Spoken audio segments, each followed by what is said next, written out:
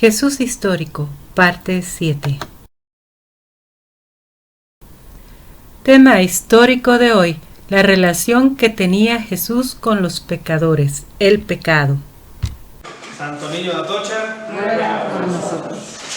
hablando de empecatados y cosas así, el tema que hoy nos ocupa es el tema del pecado. Así, padre, eso no tiene nada que ver con Jesús histórico. Sí, sí tiene que ver. La justificación que dan los evangelios para la encarnación y la entrega, pasión, muerte y resurrección es precisamente para el perdón de los pecados. Ahora, hace 100 años había pecados que ahorita no hay. Y ahorita hay otros tantos pecados. A la hora de confesar algunos por ahí, jóvenes y adolescentes, les pregunto cómo se han portado en las redes. O sea, ¿cómo se han portado en las redes? Antes no había pecado en las redes. En las redes, estamos de acuerdo, no había redes, no podía haber, tenían que ejercitarse en otra forma. A uno les pregunto, ¿te has portado bien en las redes? Sí.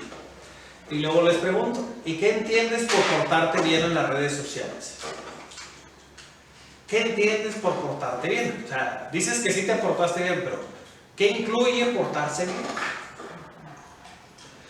Para los adolescentes menores de 18 les evaluamos 3 cosas. Primero, que no tengan personas incluidas mayores de edad. Si tienen personas mayores de edad que no sea su papá y su mamá, algo está mal. Es lo primero. O sea, algo está mal y papá y mamá tendrían que hacer auditorías. Pero esa es otra historia. Para ver con quién platican, para ver con quién juegan. Pero esa es otra historia. Entonces, no tienen que tener personas mayores de 18. Segundo, hay otra cosa que les comento, que es si son respetuosos con los puntos de vista de los demás. A veces pensamos nosotros que ser respetuoso es no decir nada. No, yo puedo estar completamente en oposición de alguien y de cualquier manera ser respetuoso con esa persona. O sea, dejando muy claro, sin ofender, sin grosería, sin denigrar, sin ser condescendiente, se puede estar en desacuerdo y expresarlo de manera respetuosa. De hecho, nuestra Constitución nos defiende de eso. De manera pacífica, de manera respetuosa y por escrito. O sea, y podemos manifestar lo que queramos en esos términos. Y la tercera cosa es el tipo de fotografías o imágenes que mandamos o recibimos. Son las 3 cosas en el pecado, bueno, no en el pecado, en el manejo de las redes que nosotros tenemos que tener cuidado. Todos. O sea, obvio, si somos mayores de 18 años, no tendríamos por qué tener a ninguna persona menor de 18 en nuestras redes. Así como los menores no tienen por qué tener adultos, nosotros no tendríamos por qué tener menores de edad en nuestras redes. O sea, obvio, si somos mayores de 18 años, no tendríamos por qué tener a ninguna persona menor de 18 en nuestras redes. Así como los menores no tienen por qué tener adultos, nosotros no tendríamos por qué tener menores de edad en nuestras redes. Digo, a veces los maestros, los catequistas tienen que tener este tipo, sí dije las maestras, ¿verdad? Sí, bueno, maestros y maestras tienen que tener a veces ahora con lo de la pandemia y lo de la educación híbrida y desabrida, tienen que tener los contactos de WhatsApp o a veces de las redes sociales de los alumnos, pero es bajo responsabilidad y triangulando con los padres de familia. O sea, no es en individual. Entonces, existe esta realidad. Así, este tipo de análisis que nosotros hacemos en estas nuevas plataformas nos exige a nosotros también desarrollar una idea de qué entendemos por pecado. La palabra pecado ha tenido una evolución a través de la historia de muchas maneras. Hay más de 10 formas de visualizar el pecado en la Sagrada Escritura. Más de 10. Más de 10. Más de 10 expresiones, palabras, ideas, conceptos y hasta analogías que se utilizan. O sea, hay una evolución. Y en todas las religiones existe este análisis, la palabra técnica es hermenéutica, una palabra rara que se usa para descifrar el significado de las palabras de acuerdo a la historia, de acuerdo al horizonte histórico en el que se da la palabra. Hoy celebramos un santo que se llama San Martín de Porres. En su tiempo él era un bastardo. ¿Qué es un bastardo en nuestros días? Un maldito. Es una palabra muy fuerte, esa yo nunca la uso. De hecho, si escucho que la dicen, doy pellizco. Esa palabra, no es una mala palabra, no es una grosería, aclarando, pero es una palabra que tiene un eco de eternidad muy fuerte.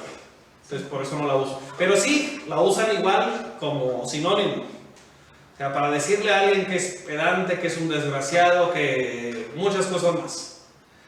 En aquel tiempo, la palabra bastardo significaba que era hijo natural, hijo ilegítimo. ¿Hasta hace cuánto tiempo se quitó lo de hijo natural de las actas de nacimiento? De cuando ya no ponen a los abuelitos. No nos saca del apuro que tenemos. Tiene menos de 20 años que se quitó. Menos de 20 años. Antes todavía estaba. Y luego corregía. Hijo natural, que ahora se presenta como hijo de fulanito de tal, deja de ser hijo natural. Hijo legítimo. Así funcionaba. Así funcionaba. Entonces, las palabras tienen distintos significados de acuerdo al horizonte en el que se expresan. Vamos a meternos en serios problemas con la palabra pecado. La relación que tenía Jesús con los pecadores y con el pecado. Ese es el tema histórico que hoy vamos a ver. Les recuerdo que qué tan grave o qué tan importante era, una de las cosas que más le criticaban era que comía con pecadores y publicanos. Esta era una de las cosas que más le criticaban, entonces es un aspecto importante. Ahora, él tenía una forma muy concreta de ser frente al pecado y una forma de ser muy concreta también frente al pecado. Entonces vamos a revisar históricamente el proceso de esta palabra. Si yo les pregunto, ¿qué es más fuerte?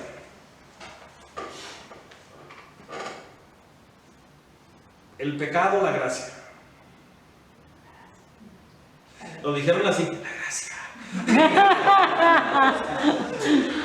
Ahora, en apariencia, ¿cuál se presenta como más fuerte?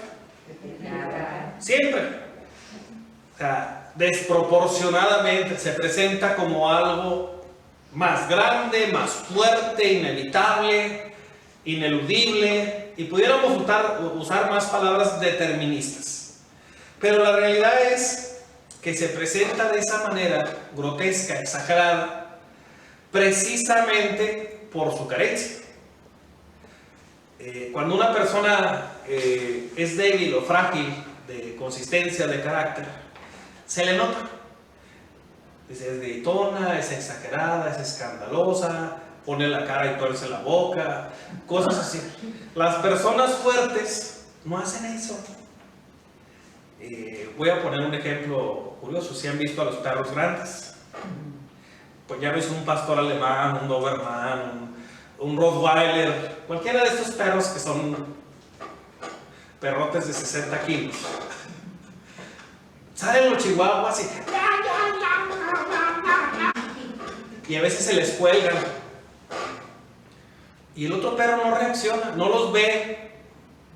O sea, los ve por lo que son, no por el escándalo que hacen a su alrededor.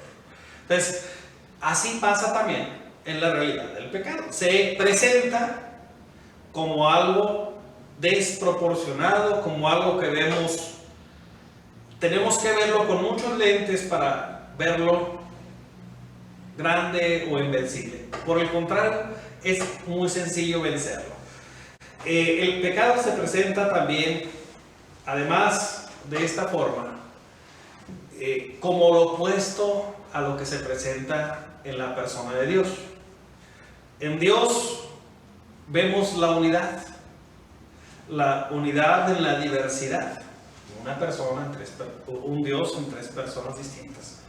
¿Y qué vemos en el pecado o en el mal? La división. Dios es la unidad, el pecado es la división.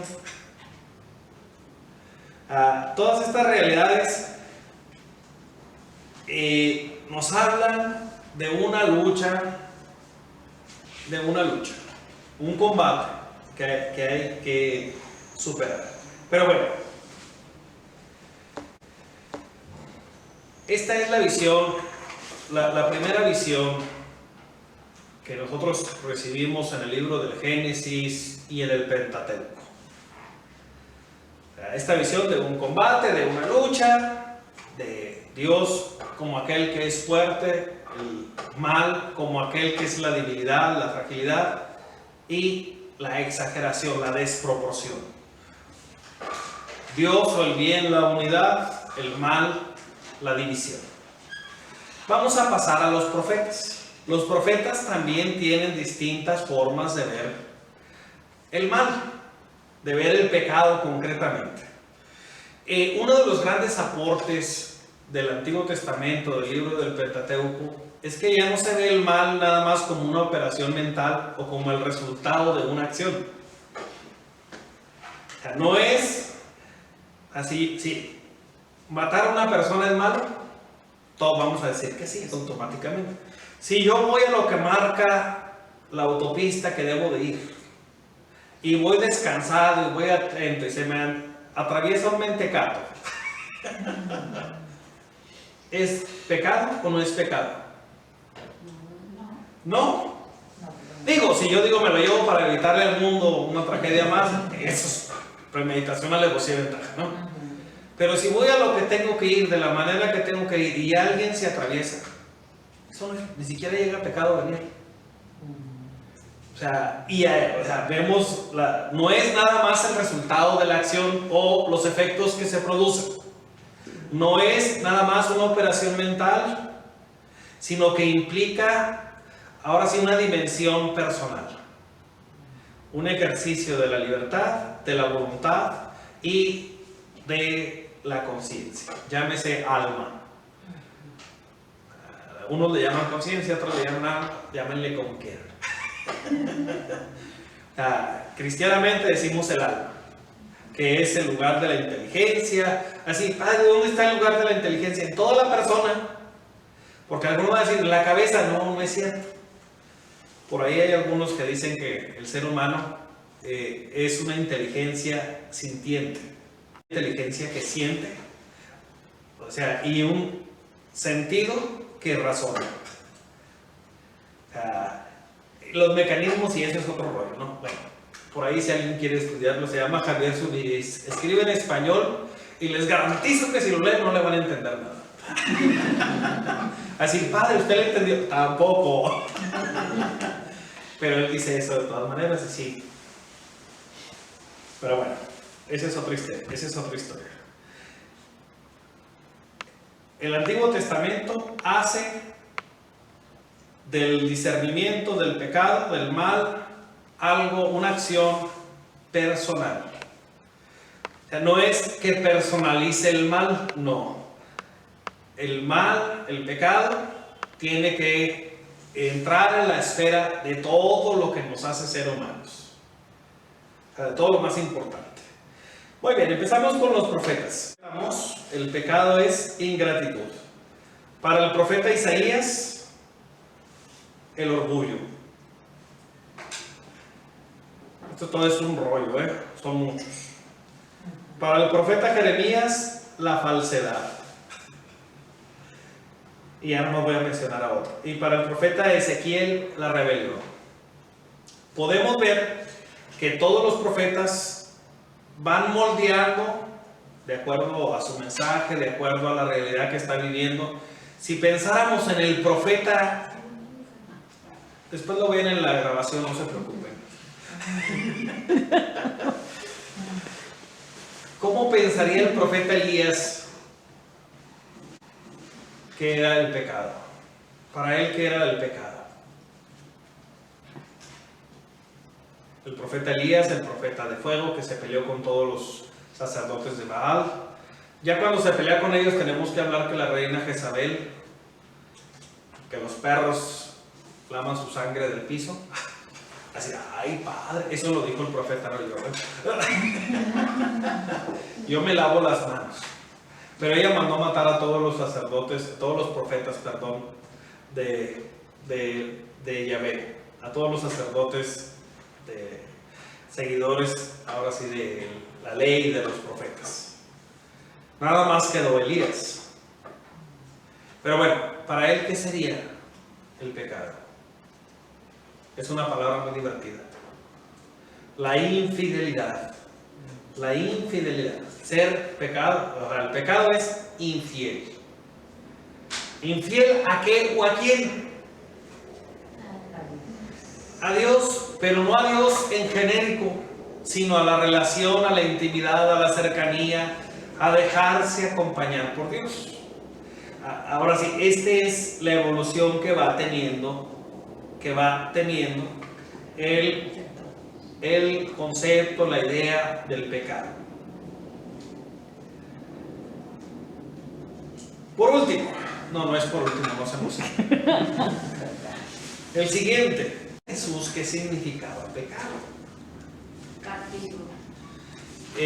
Más que castigo, que sí significaba también castigo, condena, significaba haberse caído de la gracia de Dios, que era peor todavía. La palabra que utilizaron ahorita es la que se utilizaba. Esa es una palabra justa para hablar de qué entendían por pecado. Un pecador era alguien maldecido, maldito. Para ellos era lo que significaba esta palabra. Pues de hecho era un desgraciado, o sea, sin gracia. Aunque ahora la palabra es otra palabra que es tan fuerte. Solamente el demonio es desgraciado. Únicamente. Porque no está abierto a recibir la gracia de Dios. Porque la gracia pasa por el perdón. Y él tiene que arrepentirse. Entonces, el punto al que vamos nosotros es, de menos como lenguaje catequético, el único desgraciado es el demonio. Cuando le decimos a alguien esta palabra, le estamos diciendo que es como el demonio. Y no es cierto. Estamos echando mentiras. Okay. Y tal vez trabajando para el enemigo. Tal vez. ¿Y Judas? Igual es una palabra, di sí cuando sí y no cuando no, y todo lo que digas de más es otra historia. Bueno, en tiempo, sí, viene del demonio, eso es lo que dice el Evangelio. Pero bueno, volviendo, en tiempos de Jesús había una comunidad que se llamaba la comunidad de los esenios, que vivían en el desierto, en Qumran. Eran los agraciados, los limpios, los puros. ¿Qué creen que era el pecado? La impureza, nada más la impureza. Si ellos eran los apartados, los alejados, ¿qué pasaba con todos los que no se habían alejado? Los gregarios. ¿Qué pasaba con los que no se habían alejado? Contaminados. Estaban sin remedio. O sea, estaban perdidos, no había nada que hacer con ellos, por eso los habían dejado. Entonces, para ellos el pecado era los que se habían quedado fuera de esa comunidad. Ellos eran los justos, los iluminados, los puros. Todos los demás eran pecado y pecadores. O sea, todos los demás, no había nadie que se salvara. Eso se pensaba en Qumran. Quizá no era tan exagerado como lo estoy diciendo yo ahorita, quizá era peor. Eran desgraciados. No eran. No tanto. Ya dijimos que Yo es una estoy como... categoría reservada para un solo ser personal. Como San Juan, deja caer fuego sobre ellos, bájale 2 rayitas. Mínimo. Esto era lo que había. En tiempos de Jesús en Qumran pensaban esto. ¿Qué pensaban los fariseos? Que son del tiempo de Jesús, acerca del pecado. ¿Quiénes eran pecadores? Los enfermos. Curiosamente, los enfermos eran malditos. Estaban enfermos por causa de los los pecados pecados de los Los papás. que no cumplían la ley al pie de la letra. Los que no cumplían la ley, muy bien, al pie de la letra eran pecadores. Todos los enfermos, todos los impuros, todos los que no se vestían como ellos, todos los que no pensaban como ellos, eran pecadores. Ahora bien, la pregunta de los 144.444. Para Jesús, ¿qué era el pecado? Falta de misericordia para con... La falta de misericordia para con el prójimo era fundamentalmente era una actitud de pecado. 1000 puntos. Estamos totalmente de acuerdo. Quien no era misericordioso o quien no sea misericordioso es pecador. Y él lo aplicaba concretamente en el caso de los que tenían los demás por pecadores. Ya no sé si me expliqué. Para él, el no ser misericordioso es todo lo contrario a parecerse a Dios. Porque si alguna característica revela el Padre o revela a Jesús, es la misericordia. Ahora, no ser misericordioso es pecado, pero al punto al que voy, él tenía relaciones muy duras con algunas personas. Me refiero a los fariseos, a los saduceos, a los sacerdotes, tuvo a gobernantes, tuvo varias expresiones muy fuertes contra ellos. Cuando a mí me acusan de ser medio agresivo a la hora de hablar, siempre digo lo mismo. Me acuerdo cuando el Señor decía esas palabras tiernas: raza de víboras, sepulcros blanqueados, esas palabras tan amables. Vayan y díganle a ese zorro. Sí, vayan y díganle hipócrita, vayan y díganle, o sea, esas palabras tan dulces, tan tiernas, tan así, tan directas. Ahora, contra estas personas, su problema con el pecado era muy grave, muy fuerte, no era algo ligerito. O sea, no pensaba lo mismo. O sea, contra el pecador arrepentido, misericordia siempre. O sea, contra el pecador, misericordia siempre. Pero también con aquel que persevera, los obstinados, los que no quieren arrepentirse, les hablaba muy fuerte. Era muy claro, muy concreto, muy conciso a la hora del rechazo al pecado. El pecado nunca lo acepta. O sea, no lo acepta, no negocia. ¿Sí está bien pronunciado? ¿Se admiten las dos? Sí. Yo siempre he tenido problemas con los acentos. Hay una palabra que por lo regular pronuncio mal a la hora de que me toca ese evangelio.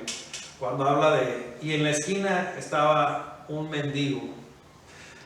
En la esquina estaba un mendigo.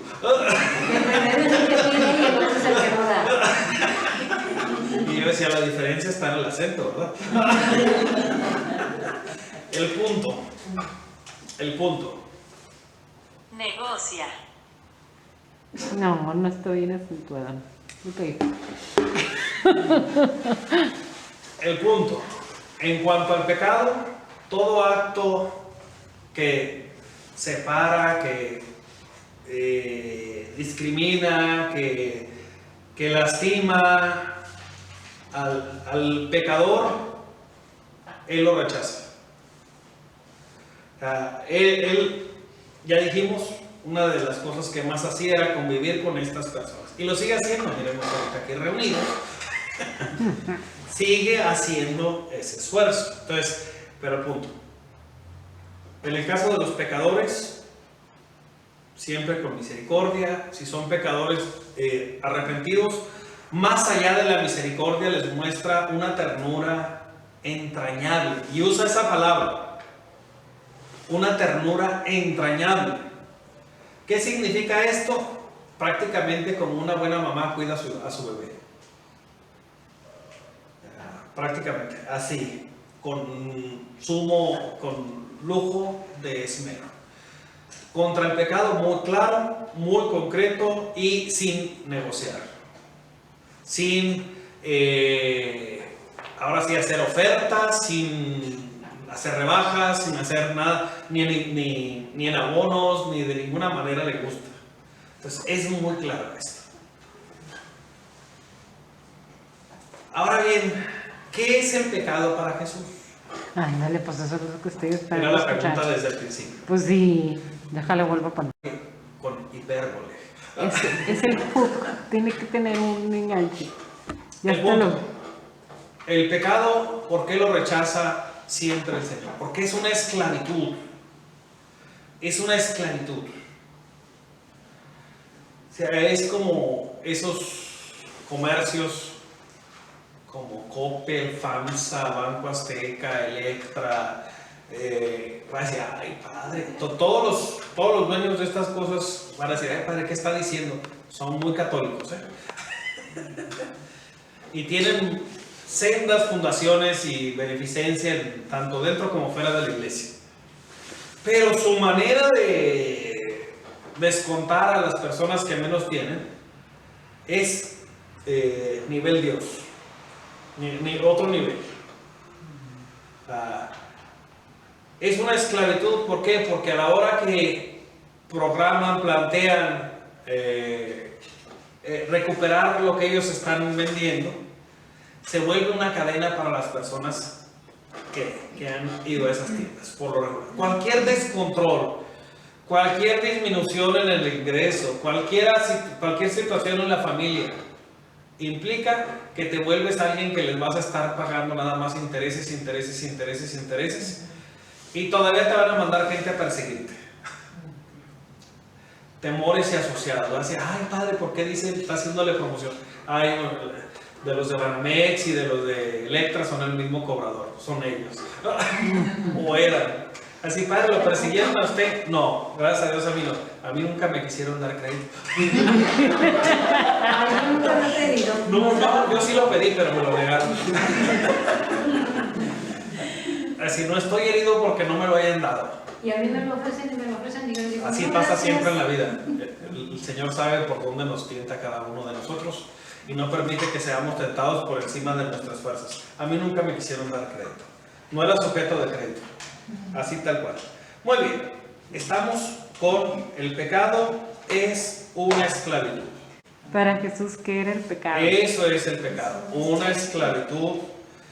Es caer en las redes del demonio.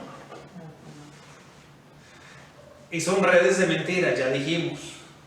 No es que tenga poder, no es que utiliza artilugios para engañarnos. Dentro de las palabras que usaban los antiguos, mentiroso, engañador, charlatán,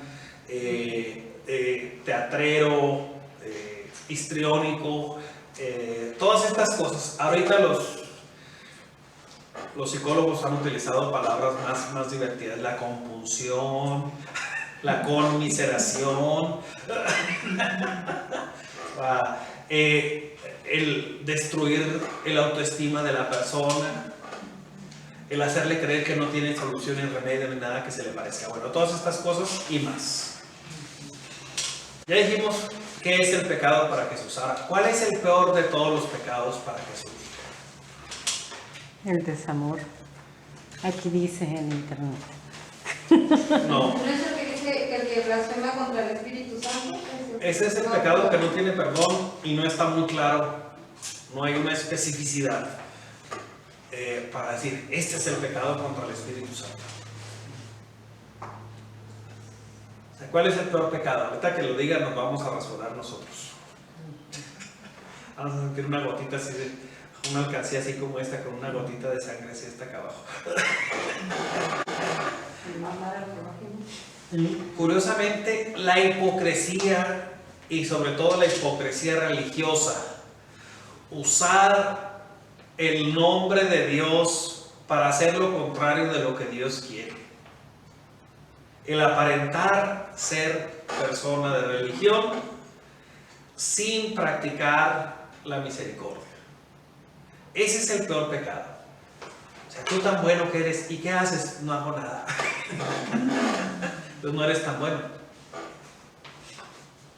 Me voy con este. El punto es, para él, el peor de todos los pecados es las apariencias religiosas, la hipocresía religiosa. Hablaba ahorita de estos comercios que se dedican a saquear. Cuando ustedes llevan aquí ahora que nos acaban de abrir un First Cash, cuando ustedes llevan algo a vender a First Cash, les dan un cuarto de lo que vale lo que les están llevando. O sea, por lo regular es un cuarto casi siempre. Cuando ustedes van y dejan sus cosas por un cuarto de lo que vale, piensan, pues me recupero y voy y lo saco de vuelta. Se pasó el tiempo y ustedes perdieron le van subiendo intereses, le van subiendo de tal manera que lo sacan totalmente. Dicen, gracias por participar, compré al cuarto. Si ustedes van, una vez que ya pasaron el proceso, no sé cuánto tiempo, si son 2 o 3 meses, sin recuperar sus cosas, ellos la rematan, y cuando ellos la venden a 3/4 de su precio. O sea, no sé si me expliqué el punto que están haciendo. O sea, compran a 1/4 y venden recuperando a 3/4 partes de lo que vale aquello que ellos están llevando. O sea, bastante de ganancia, ¿no? Bastantito de ganancia. Entonces, y las personas, los dueños, se pueden ir a dormir bien tranquilamente y hacer muchas obras de caridad. Cuando yo hago obras de caridad, abusando, maltratando, robando, extorsionando, no dándole lo que le corresponde a las personas, llámese en términos de justicia, llámese en términos de verdad, llámese en términos de derechos, entonces estoy aplicando esto que llamamos hipocresía religiosa.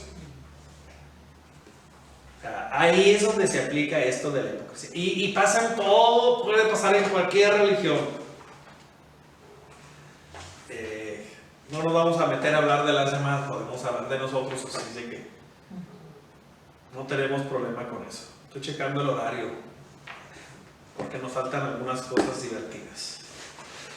Este es el pecado más, el del top 10, el primero. ¿Cuál sería el segundo? Ya la hipocresía religiosa ya salió. El segundo ya lo mencionaron allá. Es el pecado contra el Espíritu Santo. Que aquí el padre Antonio Rivero, él lo dice, yo nomás lo repito. Bueno, él lo escribió, yo lo digo, lavándome las manos. Él tipifica este pecado contra el Espíritu Santo hablando de el no aceptar la invitación que Dios nos hace para salvarnos. Es como ese niño caprichoso que está haciendo un berrinchazo en la calle, pidiendo a gritos un par de nalgadas o 3 nalgaditas bien dadas. Y por hacer el berrinche más grande se avienta al suelo y se raspa la cabeza, la nariz o esto. Y está pidiendo ya no 3, sino 5 bien dadas. Utilizando la regla de las 3 M's: medido, moderado y lo menos frecuente que se pueda.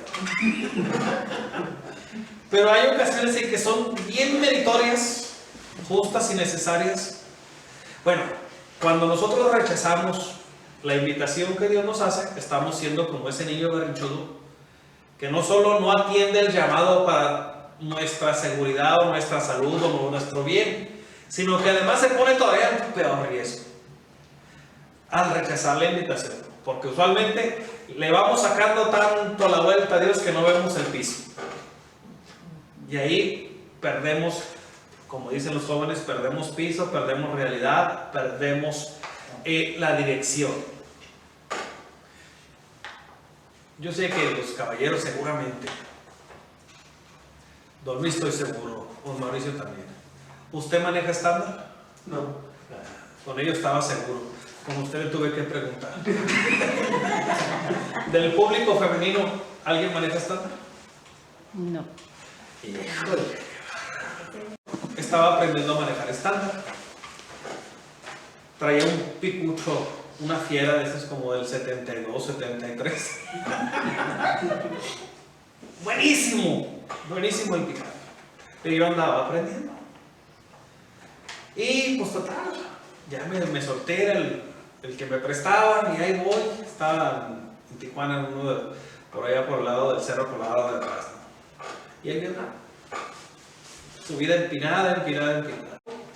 Salía de misa, tenía misa a las 9 y tenía misa a las 10. O sea que tenía que ir y tenía que atravesar por ahí porque era el camino más corto. Y le doy. Y no subía el carro, no subía. Y le doy de reversa, me meto a la calle de un lado y otra vez. Y le vuelvo a dar. Y otra vez se me regresa. Y yo sí lo estoy haciendo bien, así me dijeron que tenía que meter el clutch. La primera, no soltarle, levantar el cambio a la segunda cuando me lo pidiera ya. Y no soltarla. Otra vez voy para atrás 3 veces. Me estaciono. La tercera vez. Apago el carro y empiezo a respirar. Bueno, señor, ¿no quieres que vaya o qué? ¿Qué me había faltado, choferes de estar?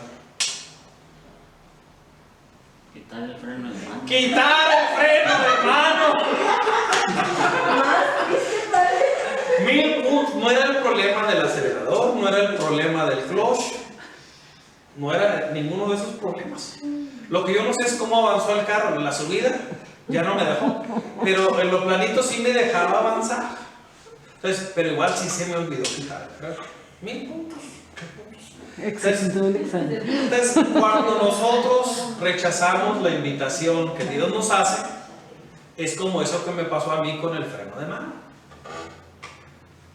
Que en ese caso no era freno de mano, ¿no? Esos carros no traían esas cosas tan civilizadas.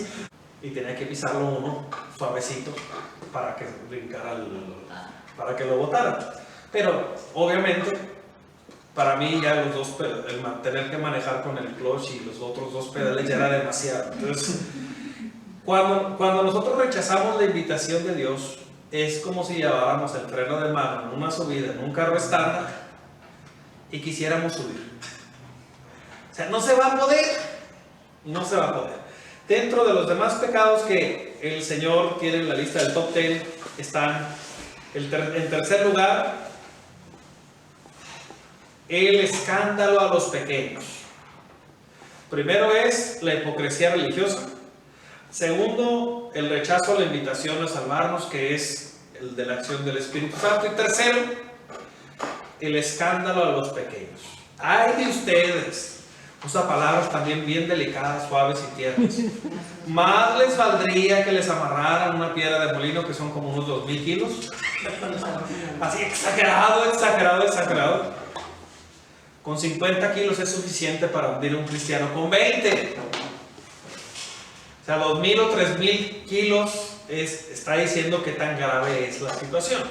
Entonces, el escándalo a los pequeños. No ocupa mucha explicación esto. Ese es uno de los que nos tenemos que cuidar, sobre todo los que somos gente de iglesia.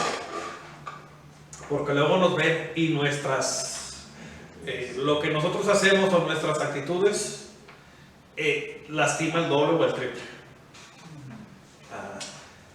Va a decir, ay padre, vamos a vivir todos estresados. No se trata de eso. Ahorita vamos a ver, entrando a cuestiones técnicas. Jesús y los pecadores, ya hablamos de ese aspecto. Hay reglas que nosotros siempre tenemos que tomar en cuenta a la hora de hablar de los pecadores. Primero, todos pecamos. Todos. El Papa Francisco dice que él puede trabajar muy bien con los pecadores, pero no con los corruptos. Y no habla de los corruptos, nosotros hablamos de corruptos siempre para los políticos, no los policías. Él no está hablando de ninguno de ellos. Está hablando de los cristianos católicos, de nosotros. Un pecador es alguien que se tropieza, se sacude, se limpia y sigue su camino. Un corrupto es alguien que ya le agarró el gusto. O sea, no se levanta, no se sacude, no se limpia, al contrario, se avienta más duro. Con conciencia, sabiendo que está mal, con toda la libertad y sabiendo que no es lo que Dios quiere, de todas maneras lo hace. A eso se le llama corrupción. Y el Papa Francisco dice, y conste, a los primeros que nos aplicó esa bella y tierna expresión fue a los sacerdotes. O sea, los prefiero lastimados a corruptos. A lastimados a corruptos. El lastimado reconoce su dolor y va, busca quien lo sane, quien lo ayude y sigue adelante. Entonces, pero después también lo repartió a todos los bautizados, para que no se sintiera nadie excluido. Lo primero es, todos pecamos. Segundo, esto es un principio que tienen los alcohólicos anónimos. No me acuerdo si es el primero o el segundo de los pasos. Y conste, me ha tocado varias veces dar ese tema con ellos. Solo por hoy. No, no es el solo por hoy. Ese es el primero. Ese es el primero. El primero de los 12 pasos es reconocer que somos incapaces. Y el segundo es, o sea, por nosotros mismos. El segundo es reconocer que una fuerza superior, Dios, o como le quieran llamar. Entonces, lo primero es, todos son pecadores. Lo segundo, todos necesitamos de la gracia. Todos necesitamos, todos somos pecadores y todos como pecadores necesitamos ayuda. O sea, todos necesitamos ayuda. Aquí hay un punto, no me acuerdo dónde lo mencioné, en otra parte lo debo haber mencionado. Cuando un león está cazando, aunque lleve 8 o 10 leonas y 4 o 5 cachorros, no se abalanza sobre la manada completa, nunca. Primero las tantean, las estudian. ¿Y qué es lo que buscan? Aquellos que se sienten muy fuertes y se separan. O aquellos que están muy débiles, anémicos. Y se quedan atrás. Y se quedan atrás. Fíjense. A unos por soberbia y a otros por enfermedad. Y luego escogen cuál es la presa más fácil. La que menos trabajo va a implicar. La que se aparta de la manada. La que se aparta. De una manera o de otra, quien se aparta es el que es más frágil, más débil. Lo mismo pasa en términos, ahora sí hablando en términos de pecado, de acuerdo a lo que estamos revisando en el Nuevo Testamento. Si yo reconozco que necesito ayuda, estoy creando un lazo de fortaleza o un círculo de seguridad. En la medida en que yo reconozco que tengo esa necesidad, no voy a decir yo solo puedo, no ocupo a nadie, no ocupo hablar, no ocupo ver, no ocupo comentar, ni siquiera en casa. ¿Cuál es el problema más grande que tienen los adolescentes o los que están en la pubertad? Iba a decir pubertos, pero se escucha muy feo. Los que están en la pubertad. ¿Cuál es el problema más grave? Que por no decir lo que les está pasando se exponen más. Por no decir desde el principio cualquier cosa que sea, quebré esto, dañé esto, fíjese que aquella persona me habló feo, o sea, por no decir, se exponen más. Entonces, a lo que vamos aquí, a la hora que yo reconozco, todos son pecadores, todos nosotros como pecadores necesitamos de ayuda, estoy creando círculos que me ayuden a salir, y esto aplica para cualquier cosa, aplica para cualquier cosa. Tercer punto, una vez que yo reconozco que todos son pecadores y que todos necesitan de ayuda, el tercer punto es: quien ofrece la ayuda es el Señor. Él siempre se presentó frente a los pecadores arrepentidos con una actitud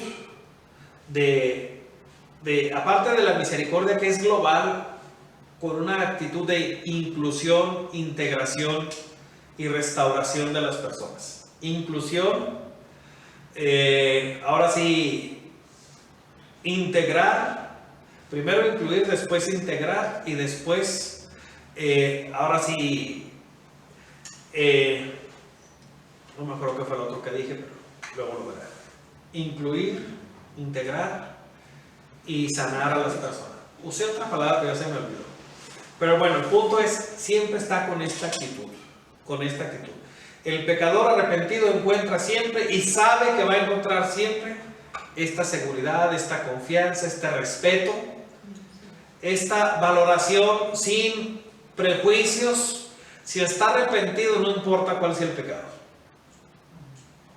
Entonces, esto es lo que nos presenta Jesús. En los últimos 10 minutos que nos quedan, un estudio de cómo estamos nosotros y los pecadores. Les voy a hacer un examen de doctrina. ¿Cuántos tipos de pecados hay? Les voy a poner tachitas después de que respondan, no se preocupen. A ver, usted dice 3. Allá hablan de los 7 pecados capitales. Acá dijeron 3, allá dijeron 7 pecados capitales. 2. 7. A ver, ¿cuál? Mortal y venial. Muy bien, usted dice 2. Original. Mortal y venial. Original, mortal y venial. ¿Hay alguien que dé más, que dé menos? 7. Ya, el 7 ya lo dijeron. Lujuria, gula, avaricia, pereza, ira, envidia y soberbia. A ver, hablamos, la división está aquí. Nada más un repaso así, porque nos hace falta recuperar esas nociones a nosotros, a todos. Sobre todo porque vivimos en una cultura donde todo vale, nada es pecado. Los reto, pónganse a ver TikTok, los primeros 7 videos que aparezcan. Los primeros 7 que aparezcan. Parece que ahorita, así como antes pensaban de la virtud y del heroísmo, de todo lo que sea honorable, ahorita todo lo contrario es lo que está de moda. No vamos a entrar en eso. Está el pecado original y está el pecado actual. Original y el pecado actual. Va a decir, nunca había escuchado eso. No. Catecismo de la Iglesia Católica, 101. Catecismo de la Iglesia Católica. El pecado original es el que el Génesis adjudica a nuestros primeros padres. Querer ser Dios sin Dios, querer ser como Dios sin Dios, sin relación, sin compromiso, sin dar cuentas. Ese es el pecado original. Ya después San Agustín dice que es una inclinación al pecado que todos los seres humanos tenemos y que necesitamos sanar. El pecado actual es el que nosotros cometemos y se divide. Tiene lógica. Y se divide en mortal y venial. Los pecados mortales tradicionalmente los hemos organizado a través de los 7 pecados capitales. A los 7 pecados capitales. Y el pecado venial, ahora sí lo hemos puesto así como pecadillos, o así como cuando decimos, es que digo mentiras piadosas. Y dice uno, esa es una mentira doble, porque no hay nada de piedad en mentir. No hay nada de piedad, no hay nada de bueno. Hay otras, bueno, no nos vamos a meter en eso. El pecado mortal, para ser pecado mortal para nosotros, tiene que ser con conocimiento, con libertad y con voluntad. Tengo que saber que lo que estoy haciendo está mal. Tengo que tener la libertad para hacer, que implica la voluntad para hacer. Y aparte tengo que estar consciente de que lo que estoy haciendo es contra Dios. Y estamos en terrenos de materia grave. Ya no sabemos lo que es materia grave. Ahorita materia grave para nosotros, les puedo hacer así como en general. Díganme los temas de la materia grave, por favor. ¿Qué es materia grave? ¿Serían los 10 mandamientos? Curiosamente, algunas cosas sí y otras cosas no. Materia grave, obvio, lo que es la cuestión de el no matar, el no desear a la mujer del prójimo, no robar. Estamos hablando de materia grave. Eso estamos hablando. Pero ¿qué más aparte de eso entraría como materia grave?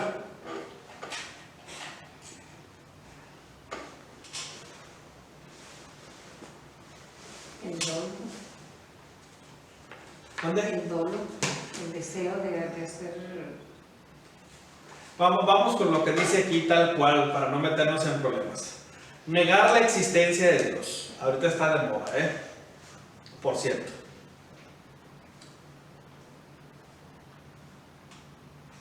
Blasfemar de Dios. Eso es materia grave.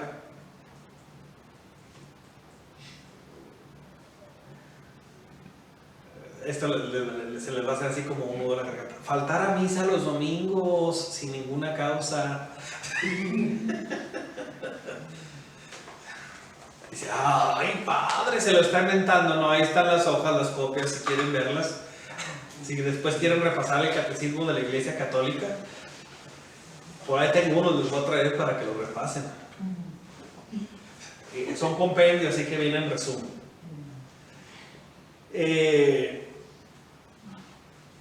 Tratar de modo gravemente ofensivo a los propios padres o superiores.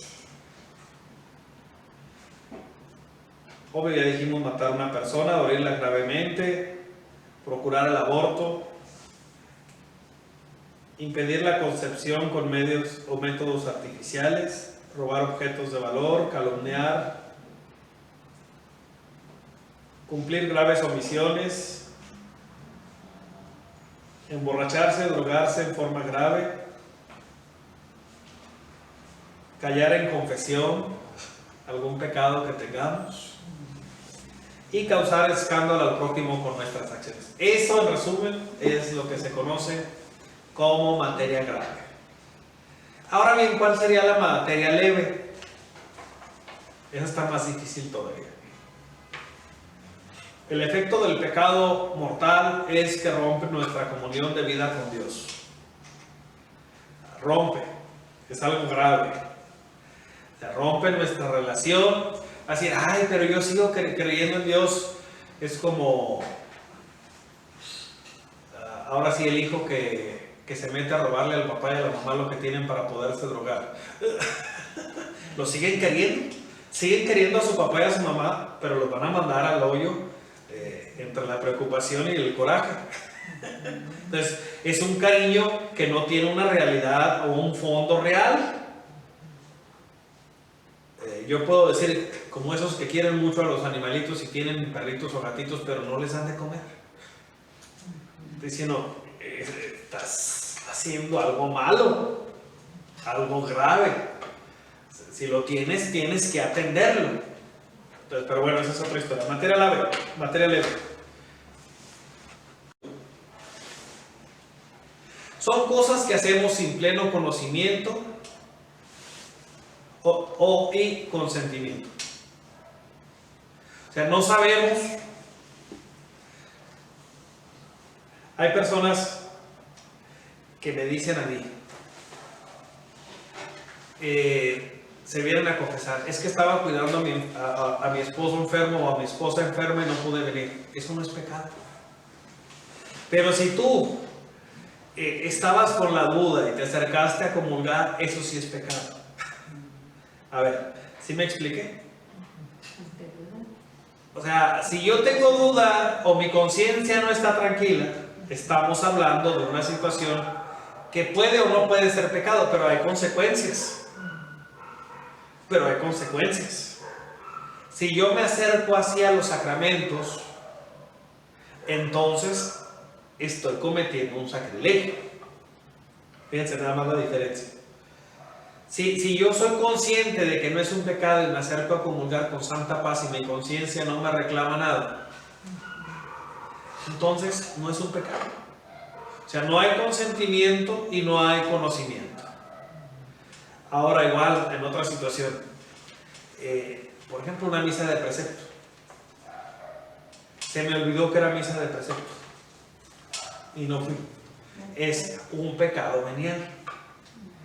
Si yo digo, me vale y no voy, estoy blasfemando y estoy cometiendo un pecado mortal. Entonces, esa es la diferencia entre la materia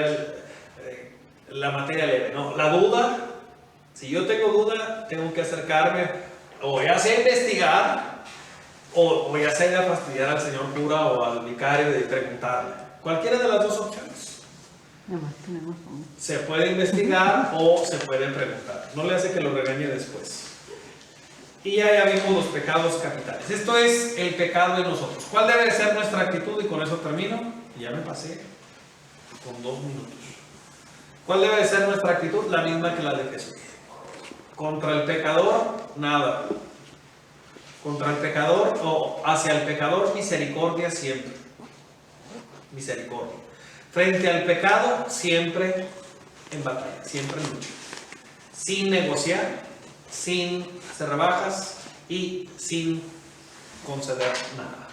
¿Alguna pregunta, duda o queja? Hay muchas, gracias. En el nombre sea de Dios y de María. Te esperamos en Jesús Histórico